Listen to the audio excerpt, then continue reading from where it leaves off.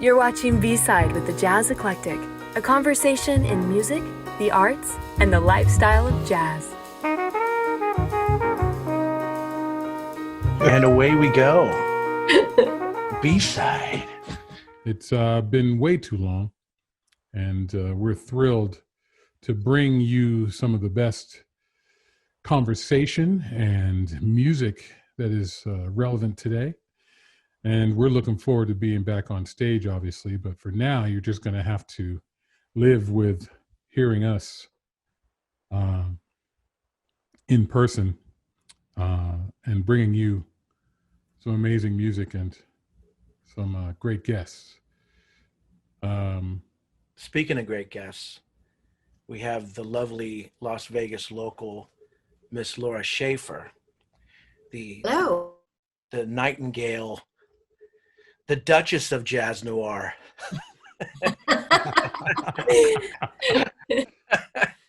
I'll take any title you want to give me. That's fine. You know, that's what we do. We give everybody titles and nicknames around here. Oh, definitely. Some of those nicknames we probably don't want to let people know about, but your nickname is safe with us. You are the one that brings it. And of course, keeping us on track, as always, is the fantastic Sam Mann, baby. Sam Mann, baby. Hello. Making sure that we don't go too far off topic. I mean, the reality is that the vast majority of us here have been away from the adoring fans for so long. We don't know how to act when we're talking to each other. Yeah, Zoom calls definitely changed the dynamic of doing these shows, huh? Yes, it definitely changes the immediacy of response that we normally have, waiting for the yellow border to come back on before we're recorded, but it's all good. We are adapting with technology. And it's good to see that Bunny has embraced that because, usually he likes to kind of reside off the grid, as it were, kind of do his own thing. I did. I was against this whole Zoom thing for the longest time. But I love it now. I do. I like it much, much better than I would have imagined, It's cool. Yeah, but you had to get your space dialed in before you could do it. Did. That was the thing. You know how I do it. Everything's got to be dialed in. dialed, It's all about we got to take a page. We got to take a page from the, the Noir Nightingale. She's always dialed in. Right? She's ready to go. Oh, yes, always. Always. In the words of the great Orson Welles, always. She makes your brother feel bad. It's like, oh, I got. She's like, it's like, oh, I got to step up my fashion game, my style game. She's like, everything's matched, dialed, tucked. I have like 2 rooms in my house that look. Those are the public rooms, and then you just don't. There's like a borderland that you don't go into. I'm in my living room now, and everything is normal in here, so we're good. We're safe. It's all an illusion. Yeah, the wilds are like beyond the hallway. It's like the wilds. Catland.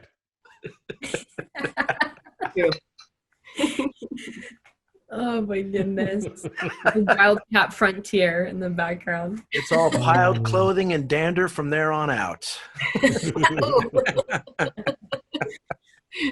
Well, most of my clothing is hung up, but there's way too much of it. Mm-hmm. Well, I know that we're also comfortable with one another. 3 of us being here in Las Vegas. Bijon, you're joining us from Boston on the call. But Laura, for all of our guests who don't know you, you have pretty much been a locally born and raised musician here in Las Vegas. Isn't that right? Yes, born and raised. When did you first kind of get your start in music and decide that this is what you wanted to do? I think my first start singing, well, I grew up playing, we have a piano in the house because my dad is a pianist, and my brother and I both played it. I played mostly by ear. I took some lessons, and I just didn't want to continue with the lessons, but I fell in love with the viola, I think when I was about 10. And I took viola and loved it until I was about 13. And then my best friend she was in band in junior high school and I was in orchestra. And she said, Laura, if you quit orchestra and play oboe, that's what she played, then we can sit together 2 periods every day. And that's the best thing ever. So I quit viola and I picked up the oboe, and that was the worst decision I ever made. And me and my best friend sat together for 2 periods every day, and all we did was giggle. And I got in so much trouble because our band director, Mr. Sherman, was a colleague of my father's. They both played on the Strip. And he expected me to be, Charlie Shaffer's daughter.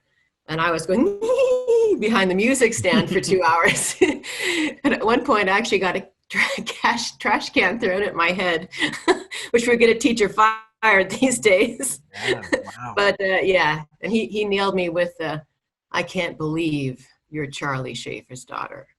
And that put me right for about a good month before I started giggling again. Yeah, that hurt. And then I continued oboe into high school, and I was just never that good at it. I hated it and I didn't play it well. So when I was 16, my junior year, I quit band and I auditioned into a company that we had in our high school, which was the old Las Vegas High School, which is now LVA. They were already sort of trending towards performance then. And they had a company called Spectrum, and it was basically a program that you had to audition in either as a singer or dancer. And it basically taught you how to produce a production show. So I auditioned in as a singer, and then they had techs. So our final grade for the whole year, we would work all year on putting together a single production show. And we'd perform it at the end of the year. I think we had 3 shows over a weekend. And that was 50% of our grade for the entire year, our final grade. But we had to do it all on our own. The singers, the dancers, the techs, the stagehands. We had a director who gave us coaching and helped us, who actually had skills and experience, because we were just kids. But that was the first time I ever got up and sang before an audience outside of the living room of my house. And it just felt normal. The first time I walked into the spotlight, it just felt normal. So from then I never thought I'm going to be a singer. It just sort of happened. I took a year off after high school, thinking I would go to college afterwards. And I started working, and that was it. And it just the jobs were there and kept coming. And it just became what I did and who I was. I was never one of those. When I grew up, I wanted to be a veterinarian. Actually, that was my big aspiration when I was a kid. Total change, dream job. I know that you mentioned kind of backtracking a bit here, that going straight into music at school, your teacher had high expectations for you because of the career that your father had in music. Is that something that also was placed on you by yourself? Did you expect yourself to meet a certain expectation of music because of your father's career? You know what? I don't think I did. I don't recall that I did. And Dad never put anything on us. He never said, you're going to take piano lessons, you're going to take music lessons. It was like, do you want to take piano lessons? Okay. And then I said, Dad, I don't want to. Okay. He never put it on my brother or myself, although we both ended up going into music. It was just, I think it was just natural for us. That's so wonderful that it was kind of that safe space that you found with it as well. So then you took your time off of school and you decided to really throw yourself into music. How did you decide to stay here in Vegas and really make this your ground versus going to New York or abroad or even LA? Because the jobs were there. I just started getting jobs. And one of the rules that I had, luckily for me, since my dad was in the business, I had him as a mentor, and I had the entire community knew who I was, the music community, since that's Charlie Shaffer's daughter. So I had sort of a little bit of a support group, and I got to work with a lot of musicians of my dad's generation who had decades of experience already in town, in Vegas itself. And so I had all these rules. One of them was never walk away from a job. If you have a contract or job, you never walk away. Two was never take a day off. And now I admit that I sub out from time to time, but only if I have to. But I used to work, I'd have bronchitis, but I'm going to be on that stage. It may not be pretty, but you were always there. So I think I had that little sort of support, and I had jobs right away, so I didn't leave. The work was always good. Why would I leave? It just didn't make sense. Yeah. I was happy, and I was lucky. So here I am still. Well, things are a little different now in the last few months, but up until then, up until March, the work was still good, and here I am. Yeah, absolutely. So I don't know if the gents want to kind of jump in and ask any questions. Well, we're glad. I mean, we're glad. I have so many. I'll just keep going. I know. I mean, what an interesting, you bring up is about when you were coming up and you were doing those jobs, the sense of community, the music community that was prevalent when you were coming up that allowed very you tight-knit. Huh? Very tight knit. Yeah, there was a very small town in that sense. Right. So, I mean, can you talk about how, the difference now in terms of that community, is that sense still there? Now that you're obviously there's a lot of space in between when you were first. Okay, there's not all that much space. Okay. Well, time is really a no constant, but you know what I'm saying. Yeah. Does that same situation exist in the community now in Las Vegas? Yeah, to a degree, because we have a lot more people now that we didn't have then. In the years between, we had a lot of people, coming in from Arizona. I think it was like the 90s or no, the 2000s, where all of a sudden there were all these bands and performers coming in from the Phoenix area, and a lot of people from LA. And as and the town is so much bigger, the Strip is so much bigger than it was then. Right. There were less venues, although the venues that were there had more music than twice the venues do now. Yeah. I do think that it's a little more. It's not quite as much of a small town as it was then in that case, but it still is. I think we still all either know or know of each other, but then there's always like some new people and back then, everybody in the community was always actually in music was always sort of hanging out and doing things, barbecues on the weekend. On the street where I grew up, 2 houses down, we had a stage manager, and then another house down, the choreographer. Across the street was another girl singer. Everybody was in the industry. It was kind of fun. So we had block parties, and they turned into shows. Somebody would rig up some audio really fast in the driveway, and all of a sudden we had all these numbers, and people would just make things up, and that's pretty cool. I don't know where else that happens. I will say, since moving here from LA, the one thing I do love about this town in terms of the entertainment side of it is that it is more community based. In LA, it's so, and I'm born and raised there, but it's so cutthroat, which is good to a degree too, because it keeps you on top of your game. But also it can be so incredibly ugly, so that's what I've noticed about the living here now, is the community, even within, all forms of entertainment. It's really cool. I think it's great. It's good talking to you.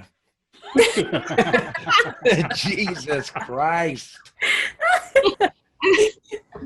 And I agree. Wow, really? That stunned everybody? Here, I'll pick it up with this one. Good guest, and wait for the next question. Laura, I'll chime you in on this as well. I've already told the boys, when we do the Zoom calls, it's definitely it's not the same energy as it is any other time that we do a show. Obviously, we all know that. The beauty of being able to take in and edit it down is that when we have moments like this, it doesn't pop up in the show like it It would. doesn't exist. Yeah. But it's like, you know, we just have to, etiquette. We're trying to have some etiquette, and we realize it's like, if we were in the same room together, we would have definitely picked up.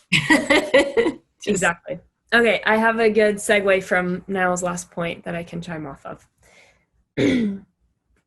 Yeah, speaking about just community, you know, our community here in Las Vegas, from food to dining to entertainment, was kind of highlighted a couple years ago when the late Anthony Bourdain came to town for his Parts Unknown show. And you were one of those very few, very rare, Laura, who was featured by him as one of the top performers here in Las Vegas to go see. Out of all of our entertainers, out of all the people he could have gone to see, he came and did an interview with you. What was that like? I can't even imagine having that kind of experience in my life. I was really, really geeked out. I had been a fan of his since he was on the Travel Channel, and I watched No Reservations. And it was always on, like, repeating at 2 a.m. when I was getting home from the gig. And so I'd plop down, and I just loved him. And I got an email from 2012, I think, from the producer of Parts Unknown. He said, "Hi, Laura, I'm the Parts Unknown, and blah, blah, blah. And we were interested in having you on the show, blah, blah, blah." And I was like, I didn't think it was real. And he said, "Can I," he wanted to call. And so I was like, "Yeah, sure. Here's my number." Like, I'm never going to get a call. It's one of my friends pranking me. And 10 minutes later, I got a call. And after I spoke to him a few minutes, I realized that it was legit. And then I started getting nervous and freaking out. And so we set it up, and it was very exciting. And what a great opportunity, because now just internationally, I get email and people come to see me, and we saw you in Taiwan, Taipei. We came all the way, and I've gotten a lot of new fans from that. But it was really hard for me because, and the guys know this, if you sit me down in an environment where I know everybody and I'm just free to blab, I tend to tell stupid jokes. I tend to curse a little bit. It's not what you'd want to represent on CNN. And so I'm telling myself before the interview that day, before I sit down, and we sat down and talked about 45 minutes. And I kept telling myself, don't make stupid jokes, don't curse, don't make stupid jokes, don't be stupid, don't be stupid. Because I was such a big fan of his that I was just, total fangirl. I was like, just stay calm, act normal. But it was pretty amazing. How did they find you? How did they come to find you to begin with? I had no idea. Maybe they were just Googling Las Vegas singers, or I don't know. They never did tell me that. That's cool. They just found me on the internet, I suppose, or I really have no idea. One of the funny things about that interview was he is much taller than he would appear on TV, at least to me, because they set up the booth where we were going to be filming, and he on one side and me across from him. And they said, "Okay, get in and let's test it out." And I sat down, and the producer goes, "Can we get some pillows for her? Can we get some, a booster?" He is so tall. I was literally sitting on 2 pillows. And I was at the bootlegger, right? 10-year-old sitting across from him. He is a huge man. Wasn't that at the bootlegger? Yeah. Yeah. That's a great place. Mm-hmm. Oh, yeah. We've hit that a couple times. Right, Bunny? Oh, yeah. Go there for a couple, 2-3 cocktails. Couple, 2-3 drinks. Cocktails. Couple, 2-3. Couple, 2-3. The pizza's good there, too. Yeah. Yeah, he used to get the margarita all the time. Those of you that know me know that I don't have a problem eating. And one of my litmus tests for Italian restaurants is if they sell pizza, I am going to test it and give it a run. And it's very good, very tasty. Yeah. Okay. Yeah. But, it's weird. We shouldn't even be on this show because when you and I talk, they just shut down. The chicks shut down. Well, you know, we nothing. leave them Get speechless, nothing. wanting more. Wanting I'm more. just paralyzed by your charisma. That's all. Yes, exactly. And Good then save. Good save, Laura. This is what Anthony Bourdain had to say about you, Laura. Shaffer exudes the grandeur of the golden eras of American music, not just in sound and style, but in looks and persona as well. In many ways, you might say she was born 50 years too late, but the past's loss is truly the present's gain. Laura Shaffer is refreshingly ours to enjoy right now. I like that. I like it. I like it. I like it. I like Let's it. enjoy Laura right now. And after that Starting whole to sound thing, a little seedy. after that whole thing, I concur. the Jazz Eclectic found Laura in a seedy jazz alley somewhere. Out smoking by the trash can. Oh my gosh. That is a fantastic quote though. That is cool. And It was an Well amazing deserved. opportunity. yeah, well deserved, I might add. Yeah. Um, That's why we, not that, I didn't even actually know about that till actually quite recently. But yeah, I mean, us inviting you to be part of Jazz Eclectic as well is about that whole thing, about your fashion sense and how you present yourself on stage, and of course being a great singer as you are, but there's more to that for us that has to be there as well. It's because that's what we're trying to do as well. Just bring back style and some pizzazz to the jazz world. well, and the reason why jazz as an American art form was the popular music of the times, because every performer had a persona. They had an image that they projected on stage. And I think a lot of that is lost. So when you see that today with someone like Laura, who she has a persona, she has a show, she has an idea of what she wants to present, that's huge. That's huge. And that's why she has the audience that she does, that's so, voracious for her, for her music and stuff. So, And most cats aren't doing that anymore. Not here anyway, that I can see. It's no. It's one of the I just big, feel one like of the they big, phone it in. These cats phone it in. Horrible. Well, and one of the big things Bunny and I always talk about is, unfortunate. Like yes, we know Las Vegas, the golden era. I mean, some of my mentors and some of my favorite people, Ray Brown,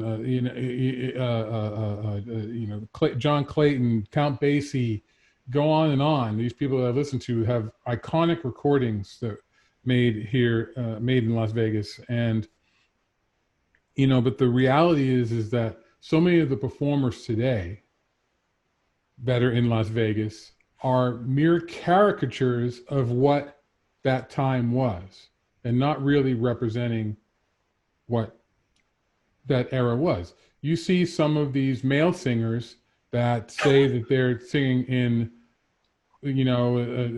homage to Sinatra, and they don't sing anything like how Sinatra would have presented it. No, it becomes an SNL skit somewhere beyond the sea. With this faux vibrato and all this stuff. Don't get me started. We don't have enough time for that discussion. Let's get started.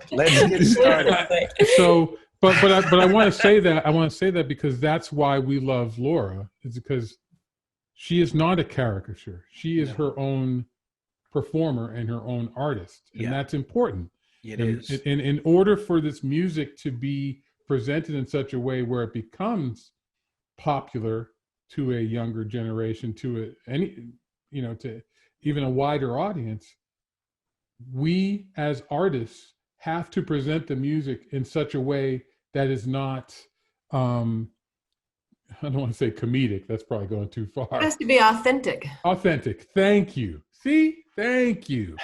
It has to have a level of integrity and authenticity that unfortunately a lot of performers don't. They don't do their homework. One of the biggest things, and Laura, I've told you this, remember when we came to see you at the Tuscany, was I loved your selection of music. It wasn't the same old, it wasn't Autumn Leaves and I mean, it was like, oh, she's singing that. The words and no, listen, as a jazzer, as a self-professed jazzer, which Bunny loves to mock me at times, call me a jazz nerd or whatever. But as someone who's brought up listening to that music and working with a lot of those musicians, for you to sing that music the way you did with authenticity and integrity is really refreshing. And there's a reason why people come back, because it's not played out and tired. You know what I'm saying? So it's. Thank you. Well, now I'm trying to convince her to get her maybe some younger musicians behind her that bring some energy to the table, or not. It's not age as much as it. Actually, I retract that. Yeah, because it's not age. It's don't not go age. ageist. Don't go. It's not age. It's not that. It's cats that bring energy to the table that aren't phoning it in and just reading the charts. Like, look, you've played these songs for 20 plus years. I don't care what key you're playing it in. Why are you still reading a chart? What are you doing? You know what I mean? It's like, okay, why are you bringing up a here tattered fake book or something like that up on the stage? They should know these tunes. They should know. So it becomes a crutch, and they're not playing the songs the way they should, and they're not listening to each other. You can tell. I mean, I actually invited Sam. She was doing her hair that night, and Laura and Skits, to go see a friend of ours play for a singer a few weeks ago. And the singer, he's a great singer. I'm not going to mention any names or anything like that or where, but it was just Velveeta cheese, in my opinion. And it sucks. And that's why, to me, jazz has become a 4-letter dirty word. But I will say the band, they brought energy to the table, and it makes a huge difference of how these cats approach the tunes. Even if you're reading down the chart, it just brings up the energy of the audience. It welcomes the audience into listening more so than just being self-indulgent. And excuse the term, you can cut this out, Sam, but it's a circle jerk up on stage, just not cool. It's one thing's like, hey, here's your 16, 24 bars of doing your thing, but make it count. Don't just play without emotion. If you're gonna solo, then solo. And get up there and do your thing. And if you're playing with a singer, especially when I've seen Laura perform at other gigs, it's support the singer. Support the singer. I'm excited to see you perform, Laura, with Tree behind you on piano. That's going to be I can't wait to see that, because you're going to feel that. He's so supportive. He's just an incredible approach to piano. And yeah, well, we've never played together in an an environment where it hasn't been. The jobs I've done with Brian have been big band jobs, corporate jobs. And so, it's like an 18-piece, you're doing exactly what it says. There's no room for improvisation. So I'm excited to work with him where we're really just, free up there and doing. I almost said something that had to be cut out. Makes Sam's job we're more just complicated. You put a chord chart in front of him and let's go. And since I do a lot of songs that other singers aren't well known, that I do have to provide music for my guys. And we're going to do this. What? But nobody's ever heard that song, but we're going to do it. Here's the music. Laura, don't try and defend these chuckleheads. No, they should do their homework. They should. I know. I totally defend the musicians I work with, because they're amazing. And they're not just sitting there reading a tired chart. Actually, for the most part, they're not reading. The ones that I throw in that are like total oddballs, they have to read. Okay, I mean, okay, fair enough. But when you do a standard, Laura, they should know the tune, Laura. They do know most of the tunes, but I'm not doing Fly Me to the Moon, either. That's true. But yeah, Brian, I'm looking forward to working. I actually had him on the schedule in March, and that was when we shut down. He was one of the guys that dropped off at the end of March, and I felt bad about that. Yeah. But I'm excited to work with him. Yeah, it'll see what happens in a small group situation. Yeah. Bijon and I are just very. That's why we started Jazz Eclectic, in terms of doing original music, and yeah, hats off to the book and everything else. But we're trying to bring something. Well, we do bring something. We've been doing this here now for 2 years, and it's Three this grown October, brother. exponentially. I mean, our first show was a sold out show, and every show since has been pretty sold out. Actually, yeah, for the most part, it's we've been so blessed. But it's also because the people are just loving what we're doing and bringing whatever we're doing that's new. It seems that people are loving it, and we couldn't be more proud to have, you know, KUNV 91.5 as a partner of ours as well, because they've been there since the beginning. Yeah, Sam truly. is a testament to that, you know. Yeah, absolutely. You know, seeing the love from just the people here in Vegas that connect with 91.5 as a station that plays their music, but more than that, being able to partner with them for our shows down at the Smith Center before COVID really hit, and even the efforts that we've been putting together to have the new jazz festival come here to town once that really happens. We're just excited to bring these new elements to what's happening in the scene already.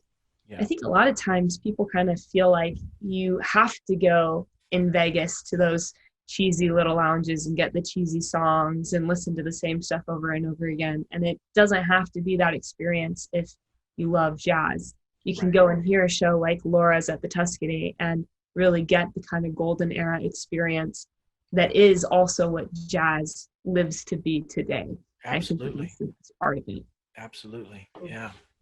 No, it's Also, it's cool. you know, we were talking about how even Netflix is trying to jump in on adding to jazz culture with this new show that you kind of put us on to, Laura. Tell us a little bit about it.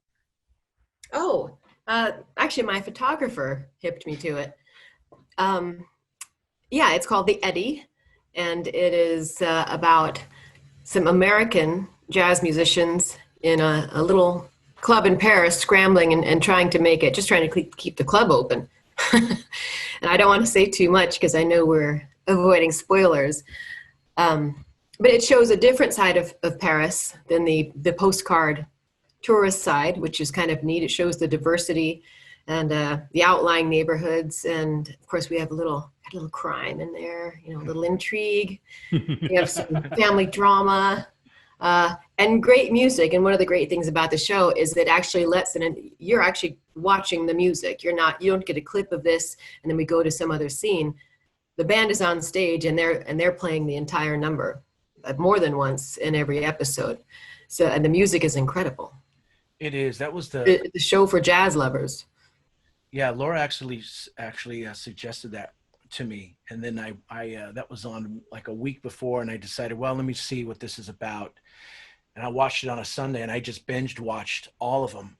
I mean, yeah, you know, you did mention that the storyline is pretty dramatic, but aside of that, it's pretty rough. Actually, I had a hard time with it. It was pretty.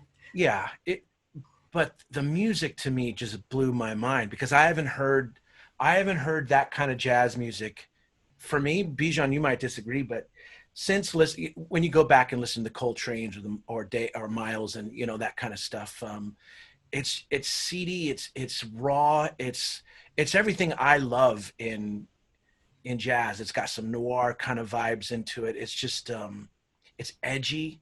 It's like whiskey driven, you know, which I love. And, you know, it was so nice to hear that. It inspired me again to, you know, to continue writing during this COVID time we're in.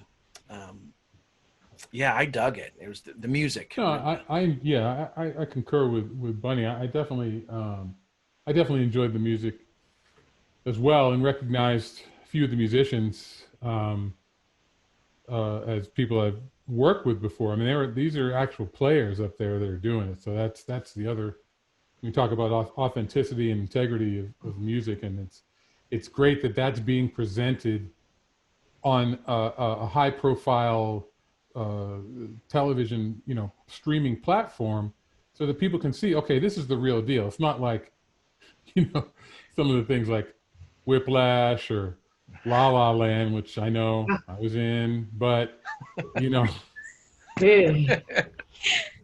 I'll never forget are not that. exactly accurate representations of what current state of jazz is. That's what I'm going to leave it alone.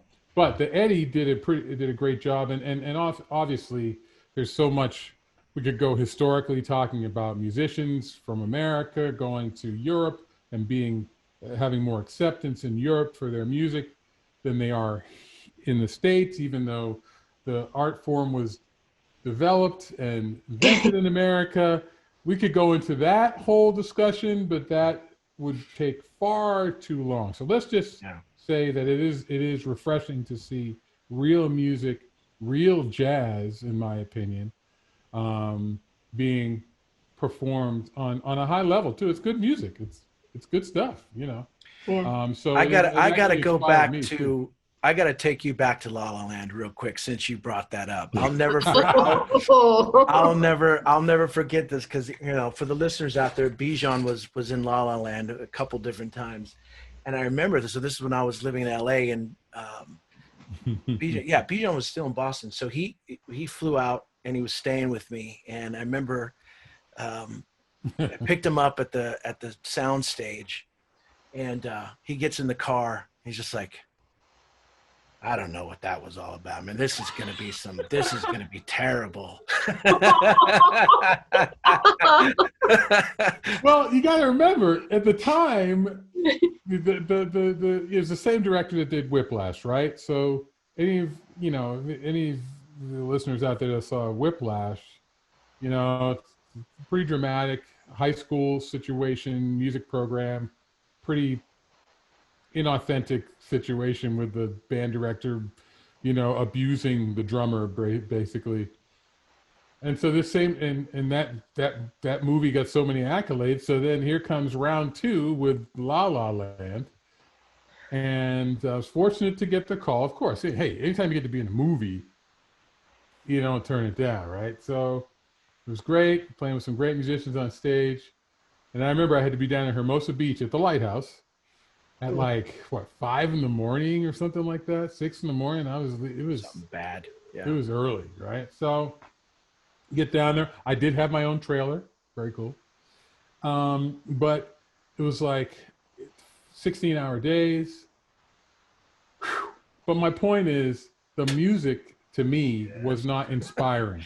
Let's put it that way. Yeah. And we were playing along with a recorded track. I didn't play the music on the soundtrack. I performed just in the live film on stage. It's sidelining is what's called. And they were long days, and we had no idea that this was going to blow up the way it did. And, but here's the thing though, between those two movies and then the Eddie, to me, the Eddie is more of what, if you want to understand as someone who's not in the jazz or who just loves listening to jazz, that's definitely more realistic. You know, it's definitely more dramatic. I mean, it's a pretty hardcore story, but in terms of the musicians and how they respond, that's more real than the big Hollywood movies that are out there. It's very relatable. It is. Yeah. To a career musician. Yeah. And even for listeners that just appreciate jazz, that come to the shows, and that's definitely more realistic, and even how they're approaching the instruments and the love and hate relationships you have as a musician with your instrument. I mean, there's all that. And then the other two movies, it's, you know, it's just not that, you know, so, and people think that's what it is, and it's not. Which definitely affects the way people perceive the art form to be, which makes it difficult, and you know. Yeah. But we're very fortunate. And on that bombshell. I know. Which is, but that's what I'm saying. But that's why, you know, when we put Jazz Eclectic together, we made a point to make sure that we would do original music, and you know that puts some artists off a little bit. You know, it's like, well, it can't all be original. It's like, well, why not? Of course, if you were going to go to, you know, if there's in another genre, let's call it the rock or pop or anything like that. Yeah. You go to these clubs and all these original bands are playing original music up there. So why wouldn't you do that in jazz? So I just this cultish feeling like, oh, if you're not playing the songbook, then you must not be playing jazz. Well, I think a lot of these cats too are either intimidated or a bit scared to do that. They don't maybe trust their own instincts or trust their own songwriting abilities. But I'm hoping, we've talked about this too, as much as you and I,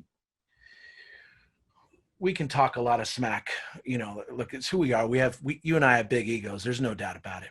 But we're hoping. I would say that my ego is bigger than yours, but. Yeah, I think it